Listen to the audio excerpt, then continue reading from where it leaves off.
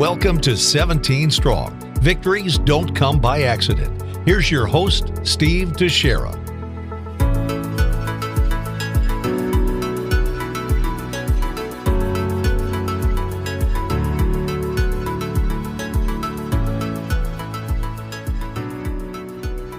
Thanks, Andy. Welcome to another 17 Strong podcast. I'm your host, Steve Teixeira, along with my beautiful wife, Holly Teixeira. Hi, babe. How are you? Good. So we are finishing up with Ryan's story. This will be part 3. We'll try and get it all done in part 3, but there's so much to tell it could go on to part 4. In part 2, we recapped 17 Strong being born. We talked about the time that he spent at UCLA Santa Monica, some of his food cravings, how he was motivated to go to school in the winter and dropping him off for the dorm living, and Mr. Mav, and also some of his summer baseball at Allen Hancock College. Yeah. So we're going to be picking up with his trip back to Colorado to start his fall semester, which would be his first semester as a Maverick. Yeah. So we moved him into a home in Colorado, and he would be living with his friend Garrett Ball and another roommate, Druce, which were also part of the baseball team. So we were there moving him in. We were really excited. And he was excited. He was excited to be in college and feeling healthy and feeling good. So, and also starting school. He had a good summer here, and, working out at Hancock and everything was starting to get his groove back on, if you will. Yeah, he was. He was looking forward to it. I know they had to report a little bit early for baseball, and I think the first week of school, he started, and then they went to a Challenger baseball World Series is what it was. It's exactly right. I remember when he was working out with the team, because they would work out in the summertime, and they're very strict because of NCAA rules about how much time they can practice, what they can and can't do, and things That's like right. that. And we would get video clips, sent home with him during batting practice, and just smiles ear to ear, and just, That's right. really getting back into the groove of things, and just really. Yeah, getting into shape and stuff. Exactly. But I know that he was particularly excited about this Challenger thing. They had fundraised for quite some time to gather the money, because it was kind of a once in a lifetime thing that these special needs kids were going to be going to Pennsylvania, and they were going to be playing on the field where the World Series is, the Little League World Series is. It was really cool, and he could not wait to be a part of that. They all partnered up and had buddies. I think we talked about that previously, but this was the first week of school. So I think he went to a couple of classes, and then he was going to be gone for a week. And some of these kids hadn't even been on the airplane yet. And particularly his buddy had never been on the airplane. So he was, looking forward to this trip very much. I believe it was a 5 or 6 day, event, and they played some baseball, which was televised. We got to watch that on TV. That was so neat. Yeah, I think we actually tried to go to Pennsylvania with them, and we just couldn't get it to work because Aaron had a football game, his first football game. But I remember talking to him, and he was like, "This is the best experience I've ever had, and I'm so glad that I went, and I'm meeting some amazing people and connecting with these special needs kids." It brought tears to our eyes just watching this, because these special needs kids are running the bases in wheelchairs. So their buddy would push them around the bases in a wheelchair, or some of them would be on crutches, and they would run with their crutches. Yeah. And they played with all of their heart. Oh, it was and it priceless. was Absolutely incredible priceless. to And they would watch. be so excited because they would tell them their name and their number. They would announce them and what their hobbies were. And I can remember a couple of them. They were so cute. And they'd say, "What's your hobby?" And chewing gum. You're like, that was so cute. But it was a really special experience. And his challenger buddy was Malia. Malia. And Malia is very near and dear to our heart still today. We see her quite a bit. But I know that, and Ryan and her were actually in the newspaper when they were in Pennsylvania. Mhm. So he talked her into not hitting off of the tee, and she was nervous and scared about that. And she ended up getting a hit and got to run the bases with Ryan. And it was a really special event. It was amazing. I kept telling him, "Are you sure you don't need money to go?" And he's like, "Nope, they've fundraised, and this is all been fundraised for." So it was a super cool event that he got to be a part of.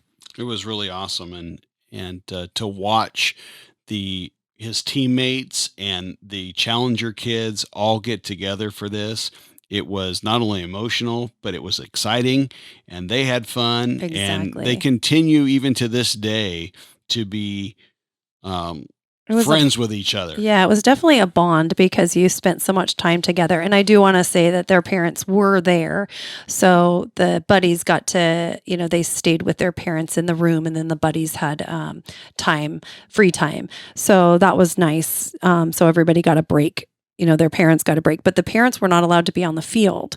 So some of these parents were really nervous because they had to give their special needs kid to a challenge, to the Maverick baseball player to be in charge of while they were on the field. And that's a little nerve wracking for a parent, I could imagine. But I think they did fantastic. They did super well. And the other team too, it's not about the score. It wasn't about anything like that. Wasn't about 3 outs. It was strictly just going through the batting order and allowing them to hit. Don't you remember that one little girl, and she did a twirl Oh at yeah. and she did a twirl, and then she was ready to hit the ball. It was so priceless. It was great. So anyway, So while Ryan was back there, he ended up catching a cold.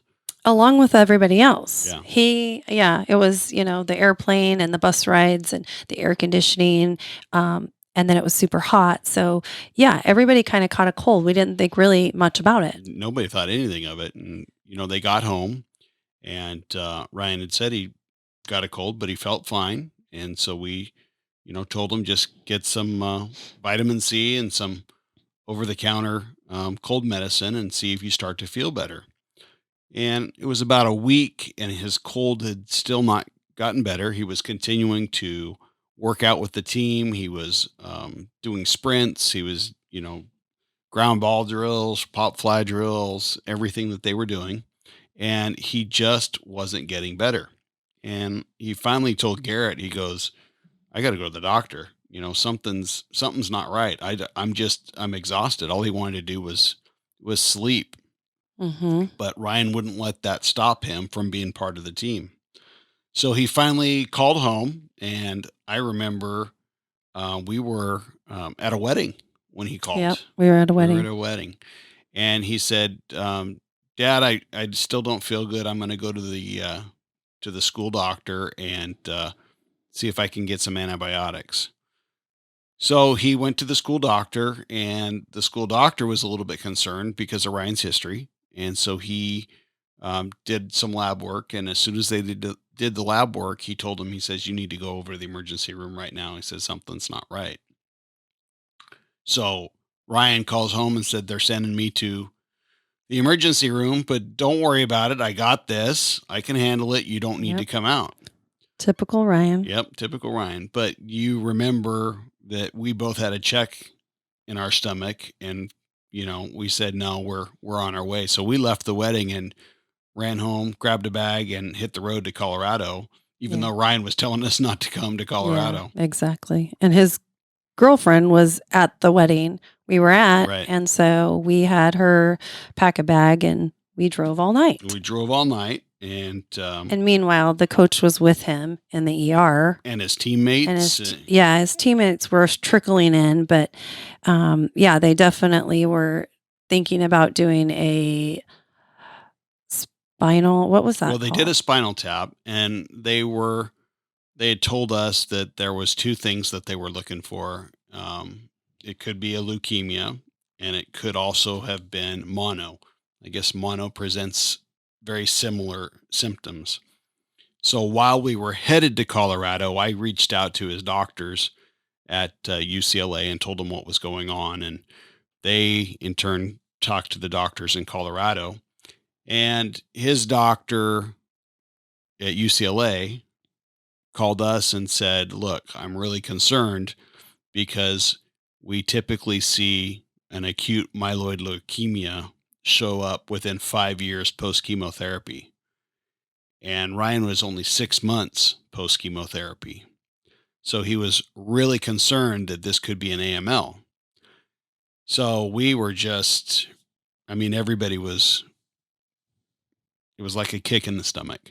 It really Yeah. was. Yeah, for And sure. we stayed in the hospital with him and we waited for the results, and it came back as AML. It's one of our worst nightmares. Yeah, it was definitely a blow. And that was because it was a side effect that the chemotherapy from the sarcoma Right. gave him was this AML. Which of course they didn't tell us that, but we don't believe that it would have changed the treatment. But yeah, it was came back AML.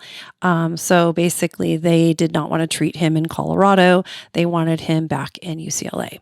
So Right. Ryan, again, he never complained one moment.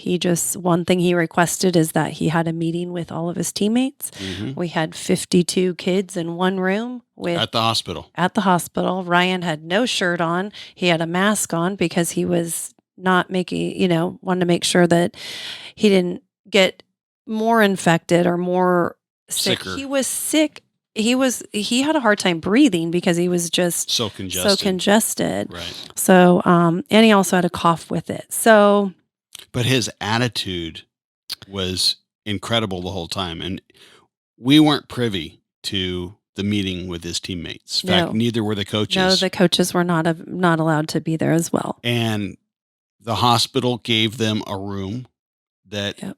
he had a meeting, and everybody gathered around Ryan and they rallied around him.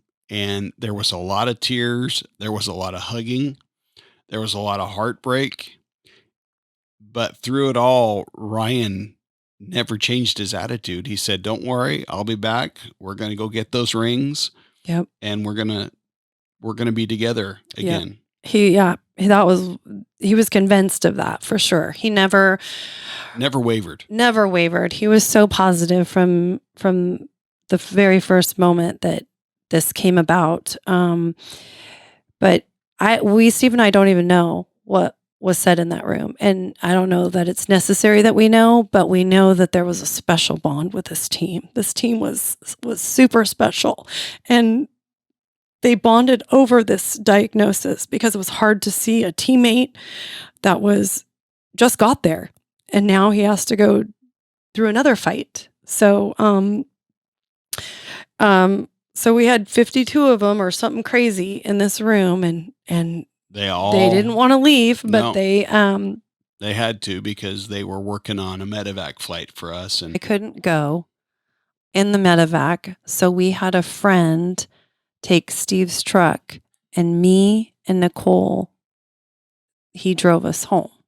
And right. Steve and Ryan went into the medevac. Yeah, that took a while. That ended up being a late night flight home. It was a very an emotional flight.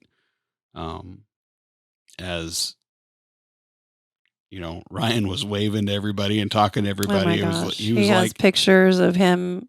it was like he was in a parade. Yeah. I mean, this Yeah. was not a big deal to him. He Right. just wanted to go get this over with and get back to school. Yes, that's exactly right. Well, which created a whole nother set of problems, if you will, because with the sarcoma, we were able to go in the hospital and then come home for a couple weeks. With leukemia, we had to be isolated, and that was a whole nother thing. So we again learned Right. all this stuff that we had to do. And then we were at the Santa Monica location the first time, which was kind of a smaller hospital, which that's- kind of felt right.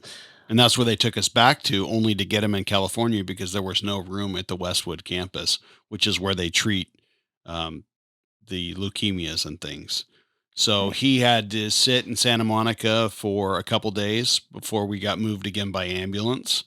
But, Ryan took it all in stride. It was just like, he was seeing all the nurses that he had just left before. Yeah. Everybody was coming in and saying hi. And it was just like, it was like Mr. America all over again. Yeah. Yeah, for sure. But the Westwood campus was a totally different feeling, a totally different and I don't know why that was. I don't know what it was.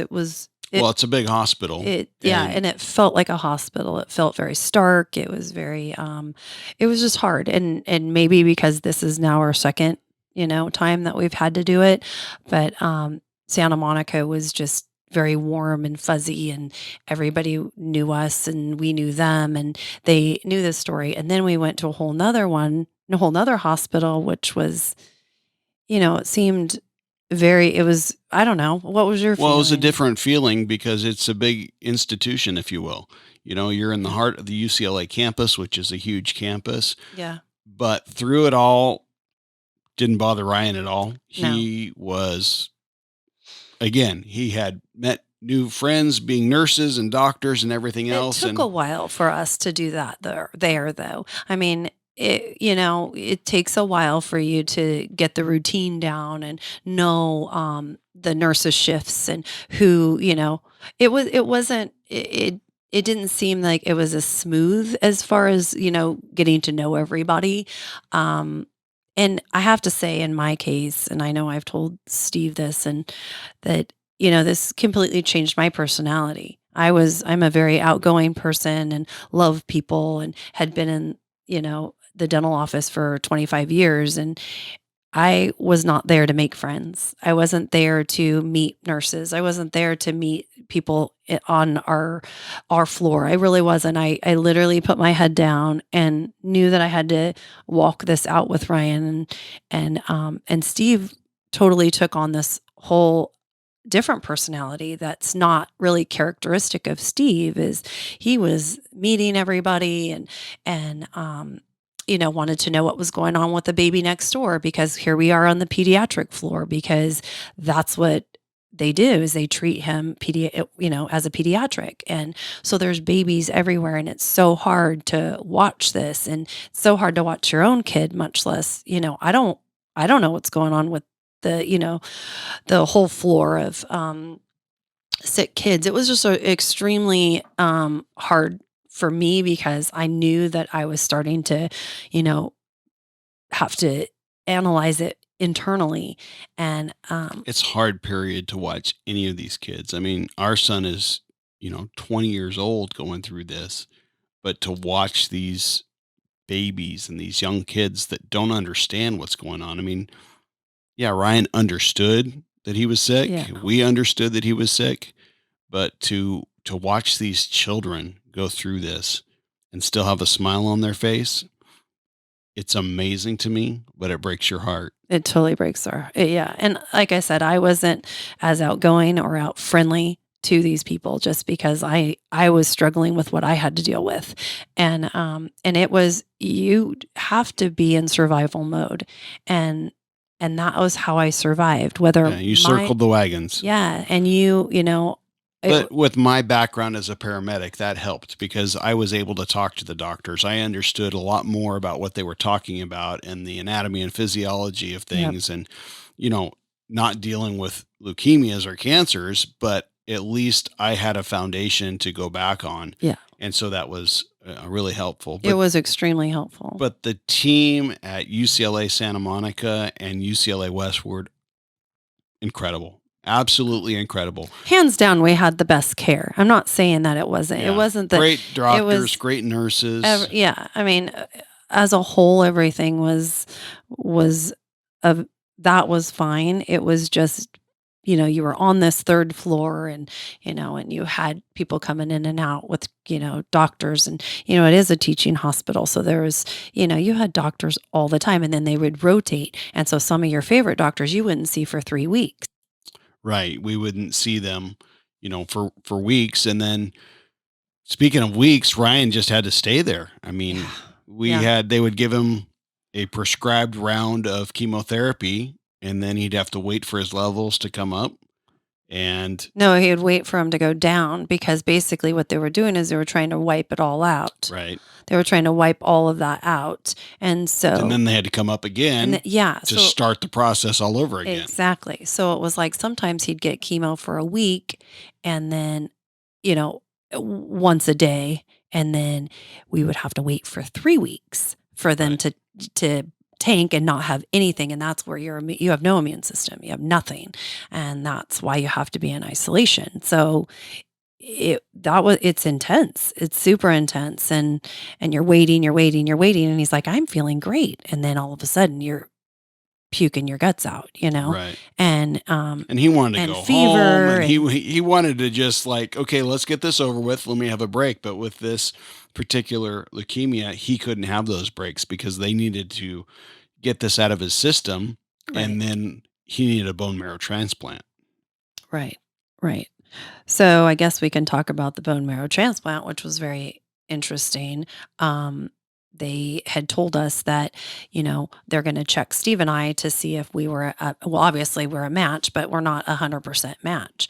But they weren't really that concerned about that, but they wanted to go into the database to see if there was more of a match. Right. And so our family, they actually did a bone marrow drive at the local high school, and it was a huge deal. Right. Tons of people came, and it's a swab in your mouth, and then you send it in, and it's good for everybody. It's good for being in the database. That if you can save a life that way, it's wonderful. But there was no matches. There was no matches in the local database or in the national database. database. That's right. And, they tested us. They also tested Aaron.